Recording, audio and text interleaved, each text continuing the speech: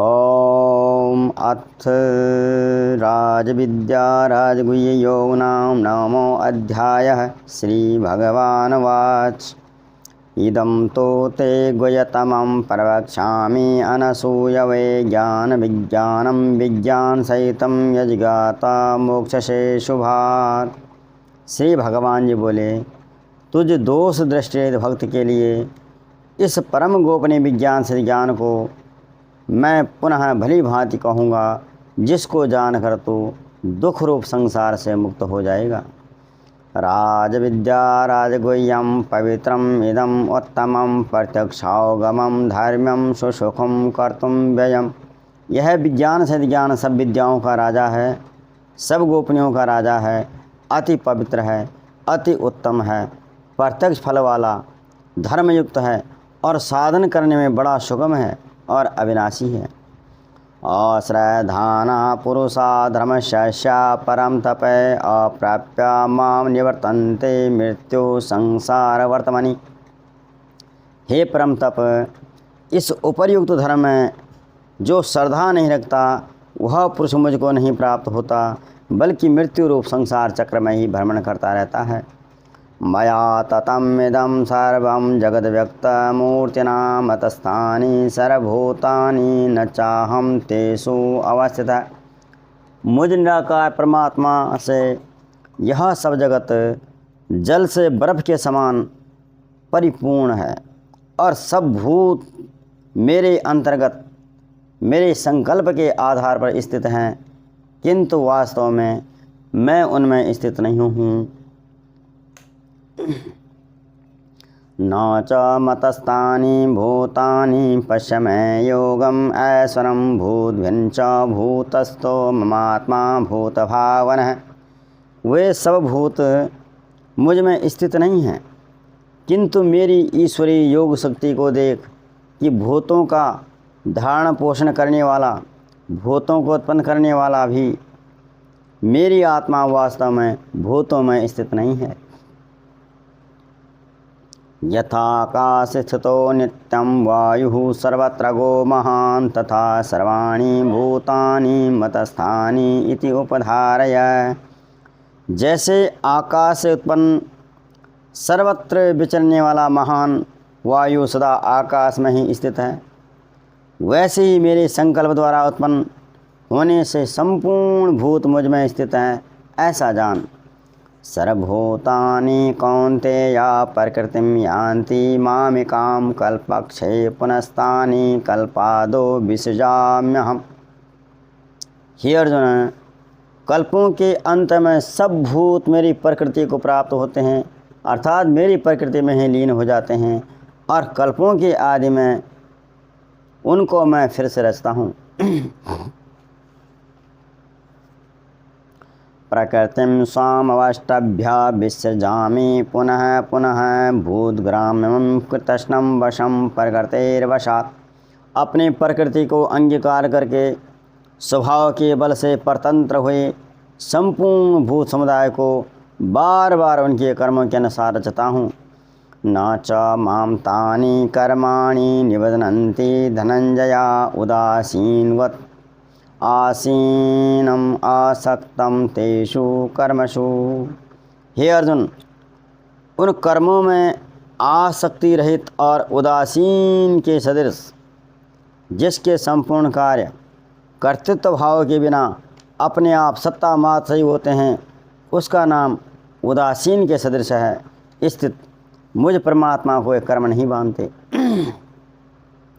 मयाध्यक्षेण प्रकृतिः सूयते सचराचरं हेतु नानेन कौन्तेय जगद्भि परिवर्तते। हे अर्जुन, मुझ अधिष्ठाता के सकाश से प्रकृति चराचर सहित सर्व जगत की रचना करती है, और इस हेतु से ही यह संसार चक्र घूम रहा है। अवजानन्ति मां मूढ़ा मानुषीं तनुम् आश्रितं परं भावं जानन्तो मम भूते महेश्वरम। मेरे परम भाव को न जानने वाले मूढ़ लोग मनुष्य का शरीर धारण करने वाले मुझ संपूर्ण भूतों के महान ईश्वर को तुच्छ समझते हैं, अर्थात अपनी योग माया से संसार के उद्धार के लिए मनुष्य रूप में विचरण करते हुए मुझ परमेश्वर को साधारण मनुष्य मानते हैं। मोघासा मोह कर्माणो मोह्याना विचेतसः राक्षसीं आश्रीं चैव प्रकृतिं मोहिनीं श्रुतः। वे व्यर्थ आशा वाले, व्यर्थ कर्म वाले और व्यर्थ ज्ञान वाले विक्षिप्त चित्त अज्ञानी जन राक्षसी, आसुरी, मोहिनी प्रकृति को ही धारण किए रहते हैं। महात्मानस्तु मां पार्थ दैवीं प्रकृतिम् आश्रितः भजन्ति अनन्यमनसो ज्ञाता भूत आदिम अव्ययम्। परंतु हे कुंती पुत्र, देवी प्रकृति के आश्रित महात्मा जन मुझको सब भूतों का सनातन कारण और नाश रहित अक्षर स्वरूप जान करके अनन्य मन से युक्त होकर निरंतर मेरा भजन करते हैं।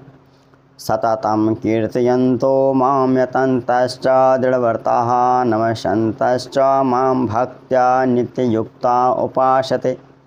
वे दृढ़ निश्चय वाले भक्तजन निरंतर मेरे नाम और मेरे गुणों का कीर्तन करते हुए तथा मेरी प्राप्ति के लिए यत्न करते हैं और मुझको बार बार प्रणाम करते हुए सदा मेरे ध्यान में युक्त होकर अनन्य प्रेम से मेरी उपासना करते हैं। ज्ञान यज्ञेन च अपि अन्ये यन्तो मामुपासते एकत्वेन पृथक्त्वेन बहुधा विशतो मुखम। दूसरे ज्ञानी लोग मुझ निर्गुण निराकार ब्रह्म का ज्ञान यज्ञ के द्वारा अभिन्न भाव से पूजा करते हुए भी मेरी उपासना करते हैं और दूसरे मनुष्य बहुत प्रकार से स्थित मुझ विराट स्वरूप परमेश्वर की अलग अलग भावना से उपासना करते हैं। कर्तो अहम कर्तुर अहम कर्तुर अहम यज्ञा सुधा अहम औषधम मंत्रो अहम अहम ऐवाज्य अहम अग्निर अहम होतम। क्योंकि कर्तु मैं हूँ, यज्ञ भी मैं हूँ, सुधा मैं हूँ, औषधि मैं हूँ, मंत्र मैं हूँ, घृत मैं हूँ, अग्नि मैं हूँ और हवन रूप क्रिया भी मैं ही हूँ। पिता अहम अस्य जगतो माता धाता पितामहा वेद्यम पवित्रम ओंकारम ऋक्षाम यजुरेव च। इस संपूर्ण जगत का धाता धारण करने वाला, अहम कर्मों के फल को देने वाला, पिता माता पितामह, जानने योग्य जो कुछ भी है और पवित्र ओंकार तथा ऋग्वेद सामवेद और यजुर्वेद भी मैं ही हूँ। गतिर्भर्ता प्रभु साक्षी निवासः शरणं सुहृता प्रभुः प्रलयः स्थानं निधानं बीजं व्ययम्। प्राप्त होने योग्य परम धाम, भरण पोषण करने वाला, सबका स्वामी, शुभ अशुभ का देखने वाला, सबका वास स्थान, शरण लेने योग्य, प्रत्युपकार न चाहकर हित करने वाला, सबकी उत्पत्ति और प्रलय का हेतु, स्थिति का आधार, निधान और अविनाशी कारण भी मैं ही हूँ। तपामि अहम अहम वर्षम निगृह्णामि उत्सृजामि च अमृतं चैव मृत्युश्च सद असद च अहम अर्जुन। मैं ही सूर्य रूप से तपता हूँ, वर्षा का आकर्षण करता हूँ, वर्षा को बरसाता हूँ। हे अर्जुन, मैं ही अमृत हूँ, मैं ही मृत्यु हूँ और सत असत जो कुछ भी है वह मैं ही हूँ। त्रैविद्या मां सोमपाः पूतपापा यज्ञैरिष्ट्वा स्वगतिं प्रार्थयन्ते ते पुण्यम आसाद्य श्रेन्द्रलोकम अश्नन्ति दिव्यान् दिवि देव भोगान। तीनों वेदों में विधान के वे सकाम कर्मों को करने वाले मनुष्य, सोमरस को पीने वाले पाप रहित पुरुष, मुझको यज्ञों के द्वारा पूज करके स्वर्ग की प्राप्ति चाहते हैं और वे पुरुष अपने पुण्यों के फलस्वरूप स्वर्गलोक को प्राप्त होकर के स्वर्ग में दिव्य देवताओं के भोगों को भोगते हैं। ते तम भोक्त्वा स्वर्गलोकम विशालम क्षीणे पुण्ये मर्त्यलोकम विशन्ति एवं तरे धर्मम अनुप्रपन्ना गतागतम काम कामा लभन्ते। वे उस विशाल स्वर्गलोक को भोगकर पुण्य क्षीण होने पर मृत्युलोक को प्राप्त होते हैं। इस प्रकार स्वर्ग के साधन रूप तीनों वेदों में कहे हुए सकाम कर्म का आश्रय लेने वाले और भोगों की कामना वाले पुरुष बार बार आवागमन को प्राप्त होते हैं, जन्म मरण को प्राप्त होते हैं, पुण्य के प्रभाव से स्वर्ग में जाते हैं और पुण्य क्षीण होने पर मृत्यु लोक में आ जाते हैं। अनन्याश्चिन्तयन्तो मां ये जनाः पर्युपासते तेषां नित्य अभियुक्तानां योगक्षेमं वहाम्यहम्। परंतु जो अनन्य प्रेमी भक्तजन मुझ परमेश्वर का निरंतर चिंतन करता है, निष्काम भाव से मेरा भजन करता है, उन नित्य निरंतर मेरा चिंतन करने वाले पुरुषों का योगक्षेम मैं स्वयं प्राप्त करता हूँ। अर्थात जो उनको प्राप्त है उसकी रक्षा और जो अप्राप्त है उसको देना मैं स्वयं प्राप्त करता हूँ, उनको देता हूँ। ये अपि अन्य देवता भक्ता यन्ते श्रद्धया अन्यतः तेऽपि मामेव कौन्तेय यजन्ते आविधिपूर्वकम्।